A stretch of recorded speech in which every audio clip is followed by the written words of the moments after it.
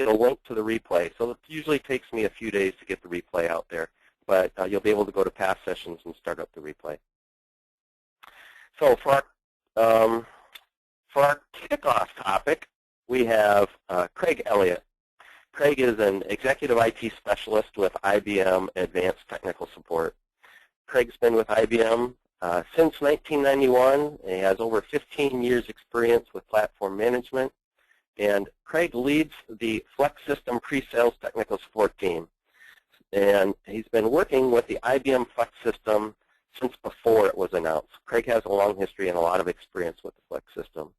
As you all know, or probably know, GA4 release of the Flex System code was recently released. And since the Flex System is an integrated system with several different parts, it's necessary to keep the firmware of all these parts synchronized at the same release level. So Craig is here today to explain to us how to upgrade Flex System, Pure Flex System, up to the GA4 release, and give some tips and tricks for how to do that. So with that, Craig, I'll go ahead and make you the presenter, and you can take it away.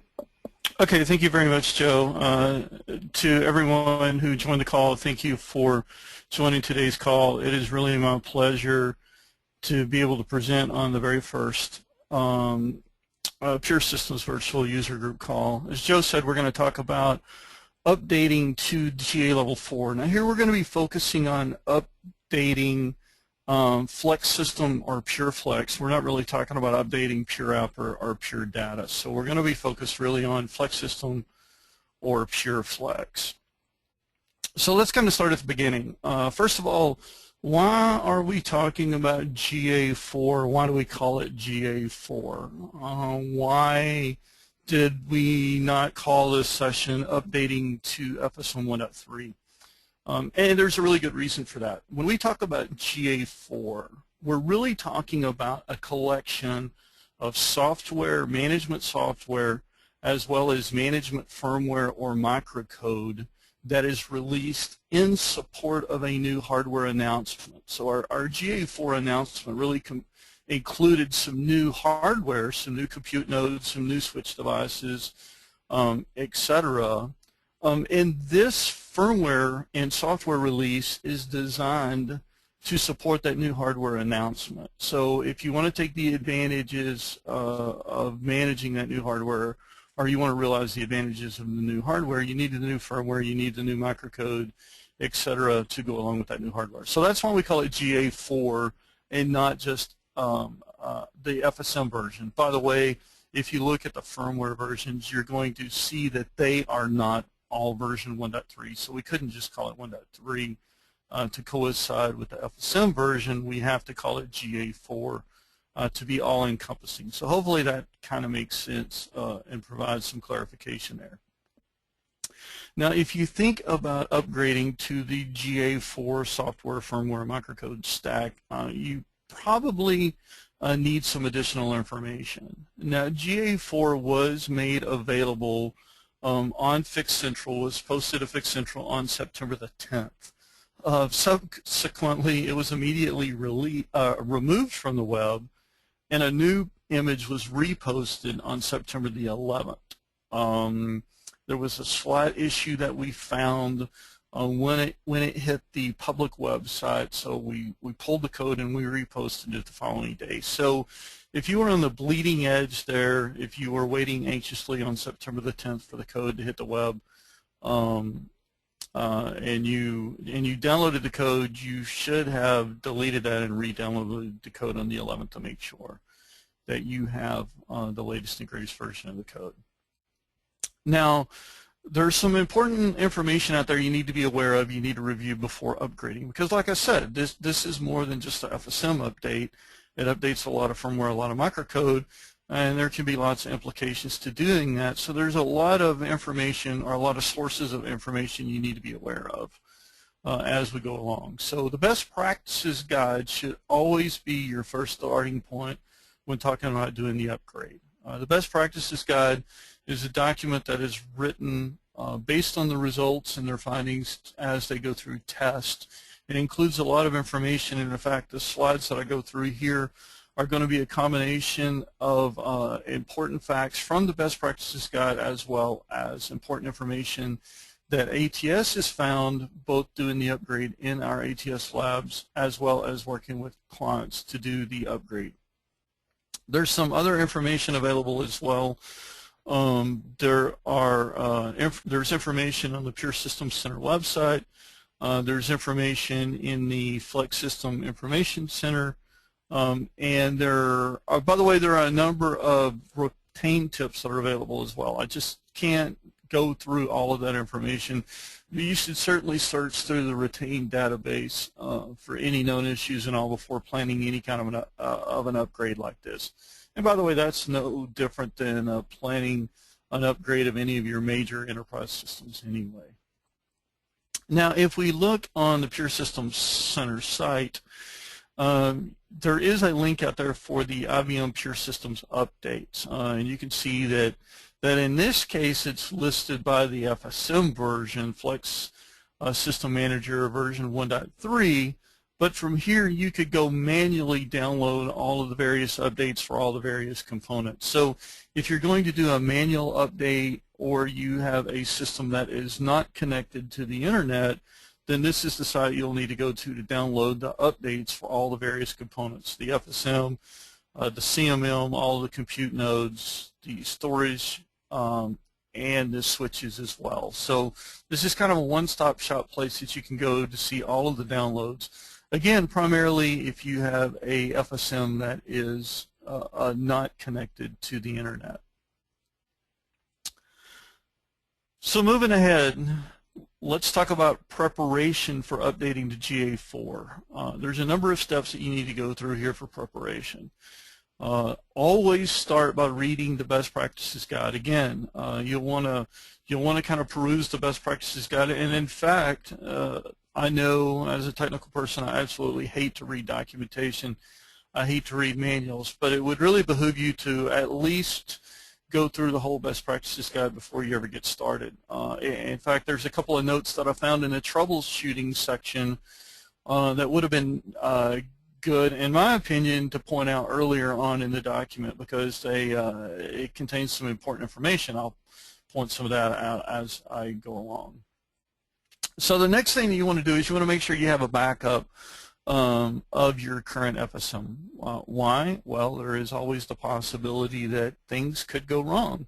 And if they do, you need to be able to recover or restore back to a last known good point. So definitely you need to have a backup of your current FSM configuration. And by the way, we recommend that that backup is copied to either an external USB key or you can copy it out to an FTP server. Why do we want to do that? Well, again, just in case something goes wrong and you have to recover from the recovery partitioner F12, you would need to go back to whatever the information was in your backup. If your backup is only local and something goes really wrong and you have to recover using the F12, you could delete that backup. So you always want to back up on either on some kind of an external site, whether it's a USB key or a SFTP server. Of course, you want to validate that the Flex System Manager is managing your desired chassis. So all of the chassis that you want to upgrade, make sure those have been discovered by the FSM. And make sure that all of the components are showing up with an OK status. If you have any of the objects that are showing up as partial access or no access, or the components are showing up as offline, then of course you would not be able to upgrade those components using the Flex System Manager. So you want to make sure your environment is basically healthy to begin with. Make sure you have access to all the compute nodes. Now the other thing that we recommend, and this really deviates from the best practices guide, we really recommend that you go ahead and initiate an inventory collection for all of the devices in your environment, all the resources in your environment. Make sure that inventory completes successfully. Now why do we want to do this? Well, whenever you use the Flex System Manager to push updates to the various resources, it will automatically collect inventory to make sure that those components do in fact need the updates that you're attempting to install on them. So to make sure that the inventory information is current. However, We would prefer to know if that inventory collection would fail ahead of time rather than determining that there was some kind of a failure at install or at upgrade time. So we highly recommend you collect the inventory ahead of time, make sure it completes successfully, and that way we know that whenever it comes time to do the upgrade through the FSM, that our chances of success go up significantly. So pre-collect inventory and make sure all that works successfully. And the next thing we want to do is we want to clean the image library. Again, we deviate a little bit from the best practices guide here. The best practices guide basically say only delete the previous versions of the FSM updates out there. What we found is in some instances we actually run out of space in the image library. So rather than risking that, again, we want to take more of a cautious approach here.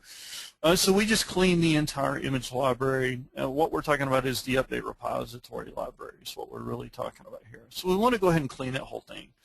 Now the only way to do that is through command line. So you'll have to establish a command line session with the FSM, run the smcli clean upd command to clean the updates. Now one of the things we noticed in our testing is there is a force argument, the capital F, and we found that if trying to use that in conjunction with the other arguments, it would fail. So the recommended syntax to use is to clean upd-amv.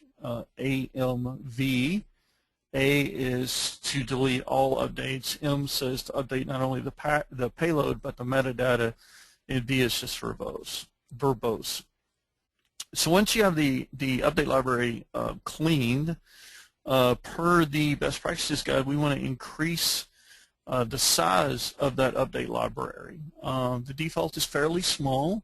We want to update it to the value specified in the best practices guide, which is 30234. The instructions down there below tell you how to do that. Go to Home, Plugins, Update Manager, Configuration, Settings, and Location. And then upgrade or update the size of that. Where did this value come from? 30234. Did we just pull it out of thin air? Well, no. Based on the hard drive partition or the file system partition of the FSM, that's the maximum size you can set it to. So that will actually max out and tell the FSM that it can use the full file system for the update library. And now the final step down here is probably the most important step. You want to allocate ample time to complete the update. Now the best practices guide gives you guidelines on how long it will take to perform updates of the various components, the FSM, the CMM, the compute nodes, storage, and I/O modules.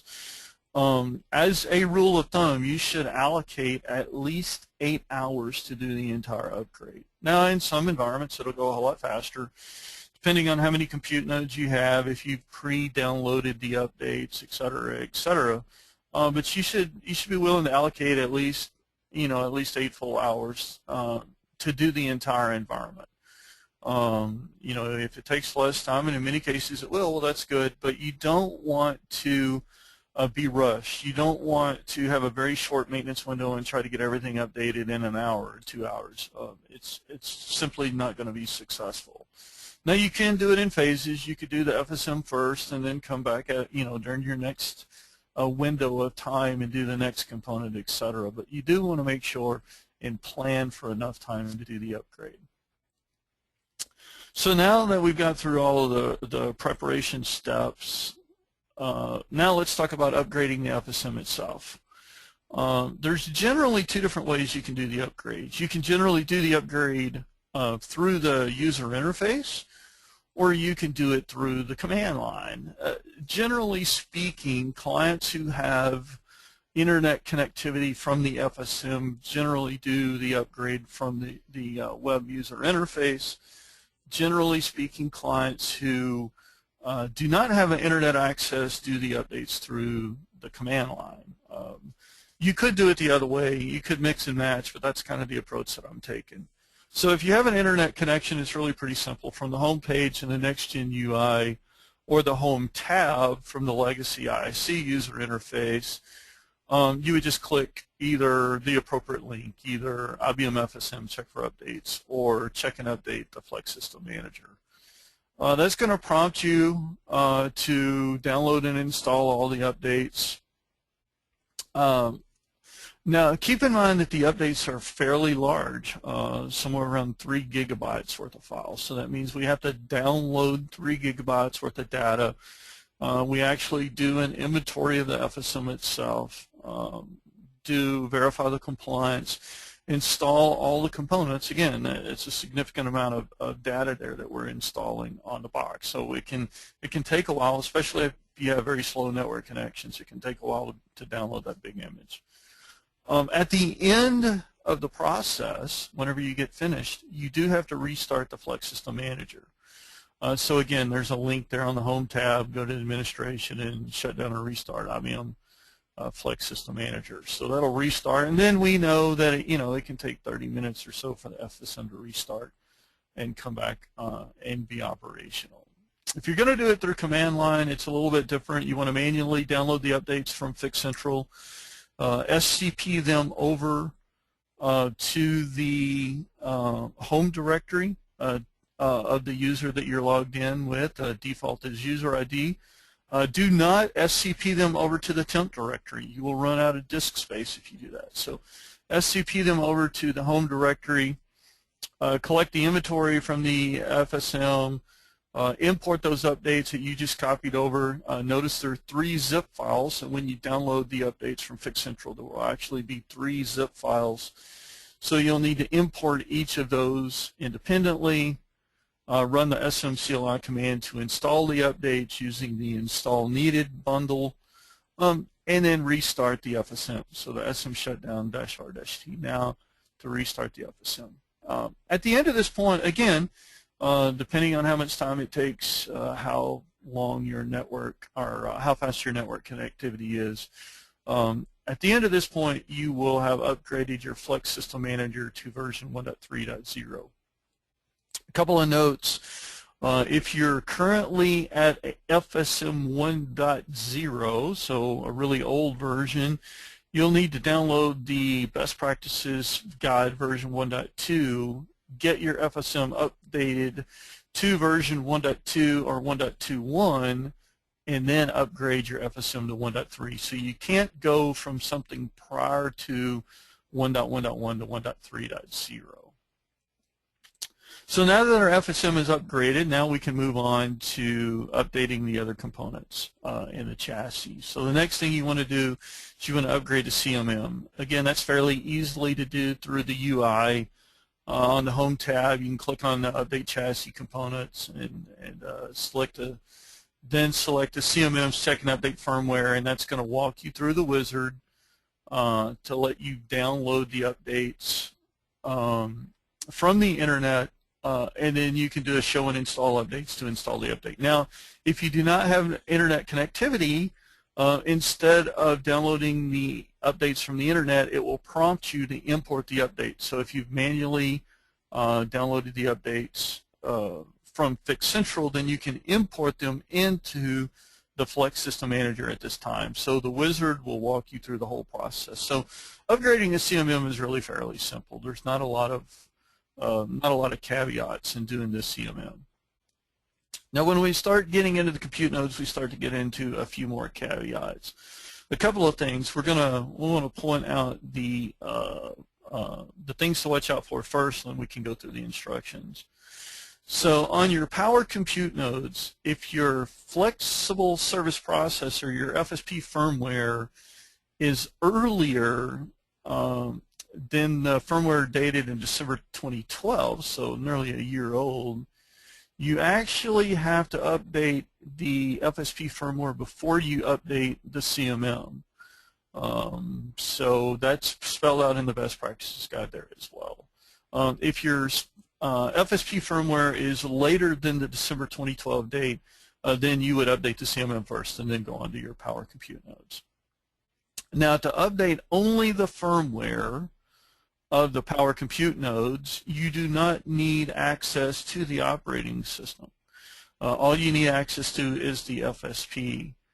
So you want to start by, you want to collect inventory on your virtual servers, and you want to go check for updates. Now, if you also want to update any of the I/O cards or device drivers, you must also have access to the operating system. So you must discover the operating systems that are running the VOS, the operating systems running in the LPARs, etc. that are on your virtual servers. Discover them, unlock them, request access, collect inventory from them, and then you can update all of the I/O cards or any device drivers. So once you have your environment set up and ready, your managed environment, again, from the chassis manager, you can click on the General Actions tab kind of over in the right, and then click on Manage Power System Resources, and that'll show you the window that we see, or the screenshot that we see up at the top here. And from there, you can acquire and install updates. Again, if you have an internet connectivity, it will automatically go to the internet and download the updates. If you do not have internet connectivity, it will prompt you to import the updates. So you will have to have previously or manually downloaded those and then import those into the FSM, and then the wizard will walk you through installing them. Now, at the end of the process, you will have to activate the Power FSP update on the permanent boot side. Again, the screenshot here kind of shows you how to do that, but it's all done through the wizard here. Now, a couple of things to point out on updating the Power Compute nodes.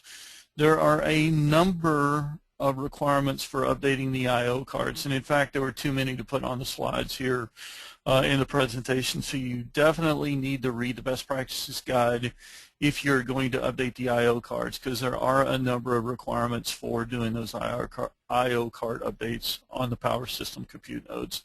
So make sure you take a look at the best practices guide to get to understand all of those details. So once you have your Power Compute nodes updated, the next thing you do is you update your x86 compute node. Again, we'll talk about the notes first before the actual instructions here, but a couple of things. Similar to the FSP, if the IMM firmware of your compute nodes is prior to the December 2012 date, you have to update it to a later version if you want to do centralized user management from the FSM. That basically, for those of you who aren't familiar, that basically just lets you use the FSM for all your credentials for your IMMs and your CMMs. So if you've got really old firmware on the IMMs, you have to update that before you can do centralized management. Now, unlike Power Compute nodes, for x86 compute nodes, you must have access to the operating system in order to update any of the firmware. That includes UEFI, IMM, and pre-boot DSA. So you must have discovered the operating system, requested access, and collected inventory from the operating systems. Now, for Windows and Linux, those operating systems can be running agents, or they can be agentless. There are some different requirements in there regarding credentials and how that takes place, and all of that again is documented in the best practices guide. But just keep in mind, you do have to have access to the operating system if you want to update the firmware. Now, for VMware ESXi, that kind of poses a little challenge here. Per the documentation, if you're using the VMware image of ESXi, the FSM is limited to updating only the UEFI, pre-boot DSA, and IMM firmware. It can't update any of the mezzanine card firmware or the RAID controller firmware or any internal hard drive firmware if you're just using the VMware build of ESXi. Because of that, it is highly recommended that you use the IBM customized image of ESXi, which is available on the IBM download page, and that the IBM customized image is running at the customization patch 7 or higher. There's been a lot of bug fixes in there in the latest customization, so that's when we want to do patch 7 or higher. Now, by having the IBM customized build, again, not only can we update the basics, UEFI, Preboot DSA, and IMM, we can also update the firmware for the I/O adapters as well as the LSR RAID controller. So in the VMware environment, again, we strongly recommend using the IBM customized image of VMware.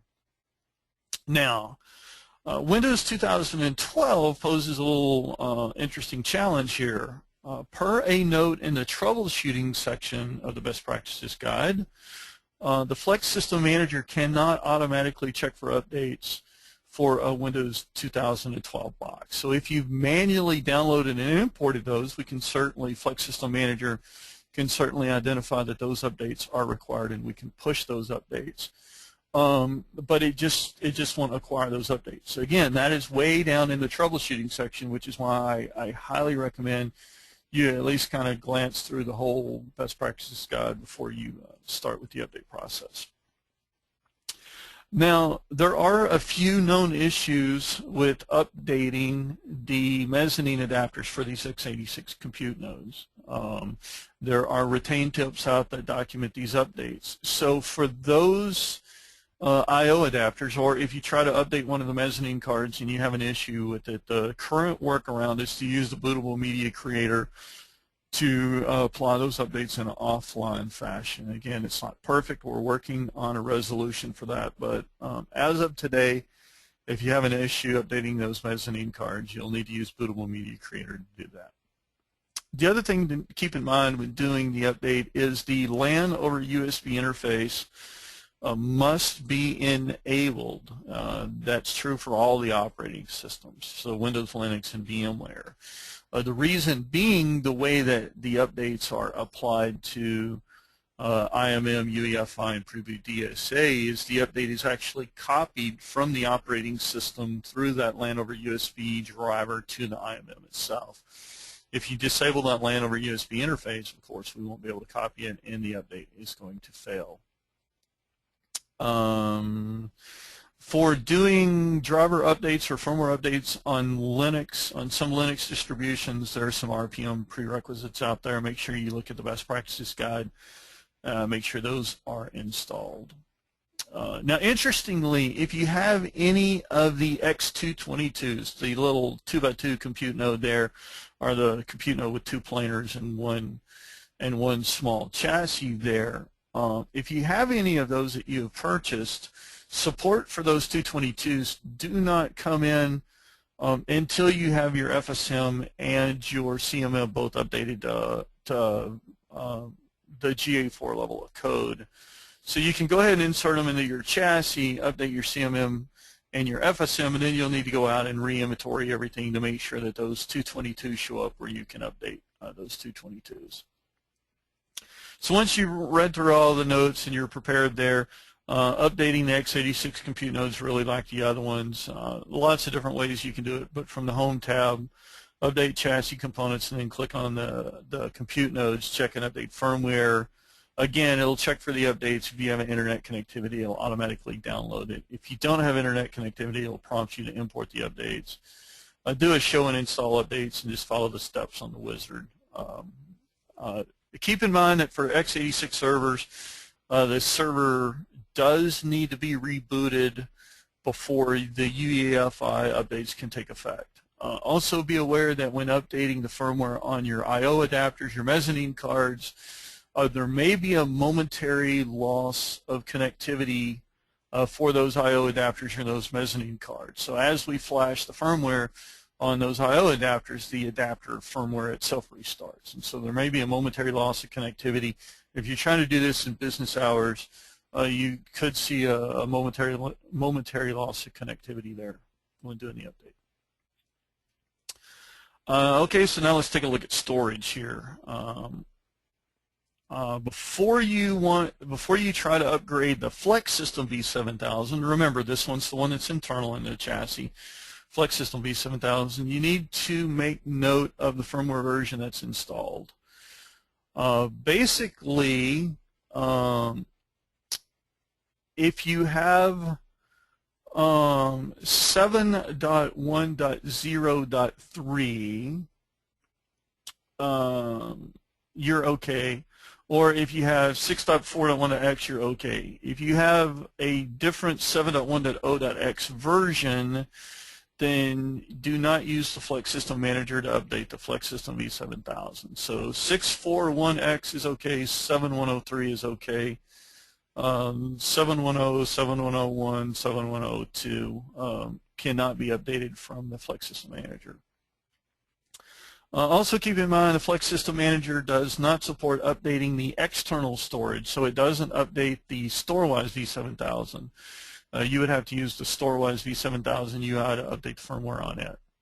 Also keep in mind that the Flex System Manager cannot update the hard disk drive firmware on either the Flex System V7000 or the Storewise V7000. Both of those have to be updated outside of the Flex System Manager. So again, once we verified our firmware version there, just a home page, update chassis components, storage nodes, check and update firmware.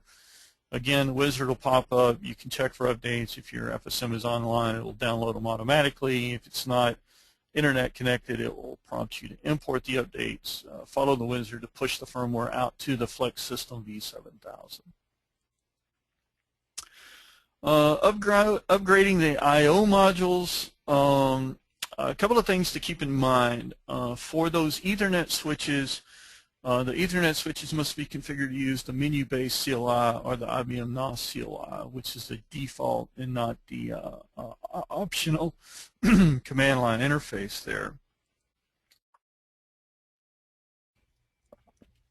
Now, if you want to update the switch modules through the Flex System Manager, you must have a TFTP server. Under the covers, really the way it works is the FSM sends commands to the switch module to tell the switch module to go to the TFTP server to pull the update. If your FSM is configured for legacy security mode, you can actually configure the FSM itself to be a TFTP server. So you do that in the settings panel. Interestingly, it's on the Blade Center and System X tab. But you can enable a TFTP server. You can enable the FSM to be a TFTP server itself. If you're configured for secure security mode, the TFTP server cannot be the FSM. It has to be an external device in your environment. And by the way, that external device must be discovered and managed by the FSM. So find an existing server in your environment that's a TFTP server, discover it with FSM, request access, collect inventory from it, and then in the same panel in the settings page, again, the System X and Blade Center tab, you would select to use a different server as the TFTP server and then find that from the list of discovered machines by the FSM and then use it to update your I/O modules.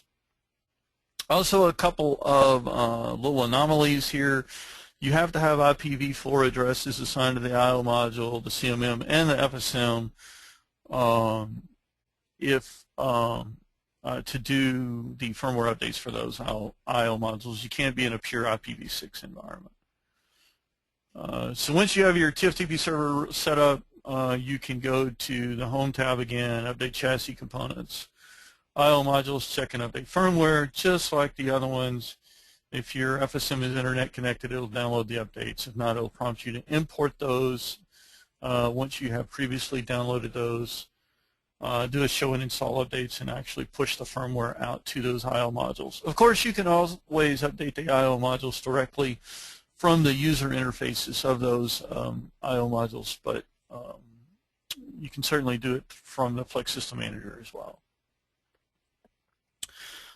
So that's really all of the slides or all of the charts that I had to go through. We can now open it up to questions. I guess I should have told you this ahead of time, but we can open it up to questions. We're going to attempt to answer questions electronically using the questions pane.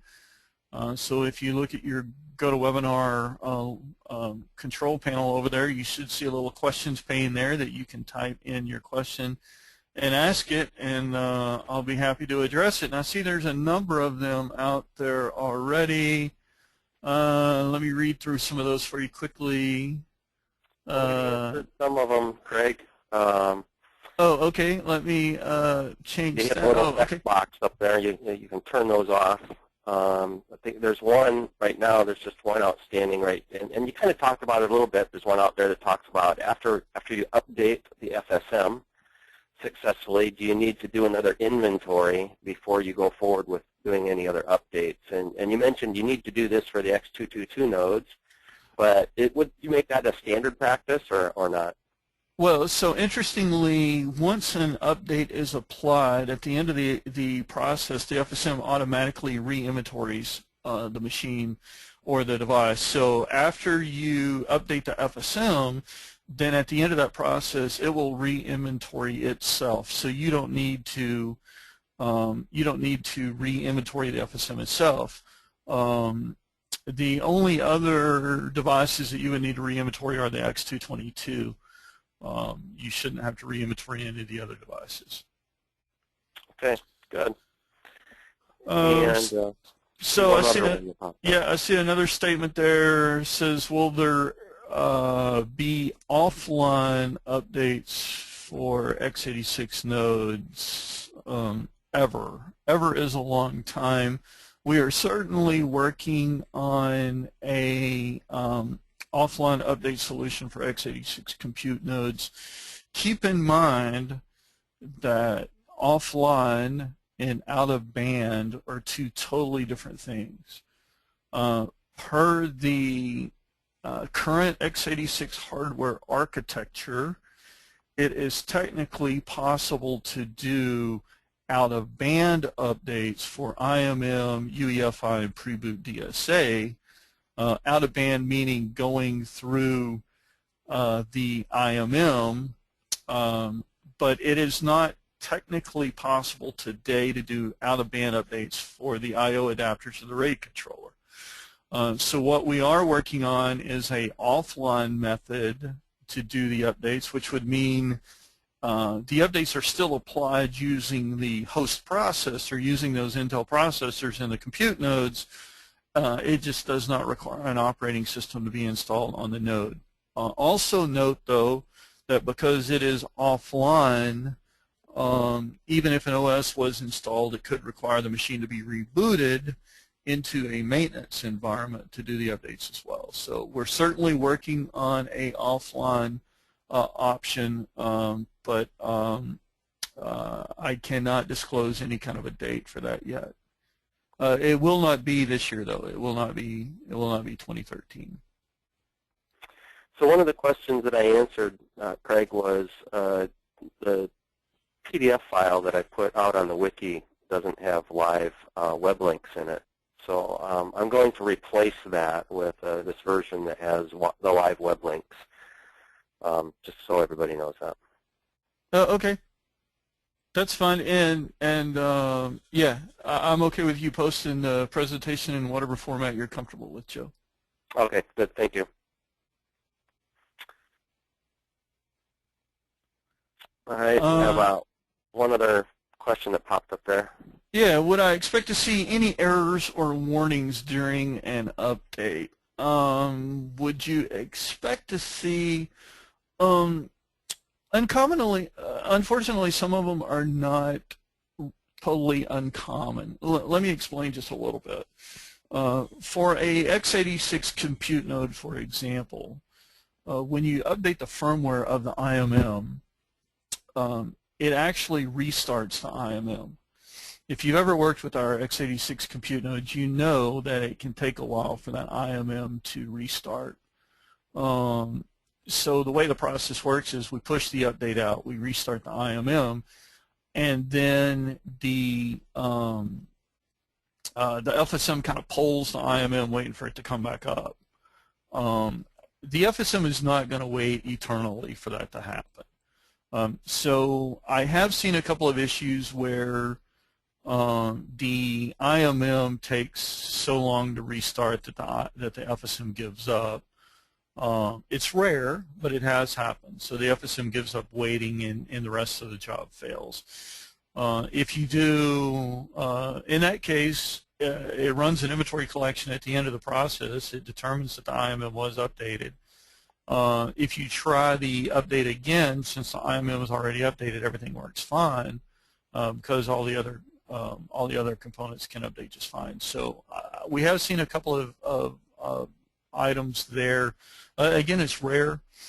More likely and more frequently what we see are clients have disabled that LAN over USB interface, either because in Windows they believe it is causing a issue with DNS or their domain controllers, or in ESXi they see a vSwitch 0 that shows up and they don't know what that is. And so more times than not, any kind of error is caused by a customer disabling that LAN over USB interface.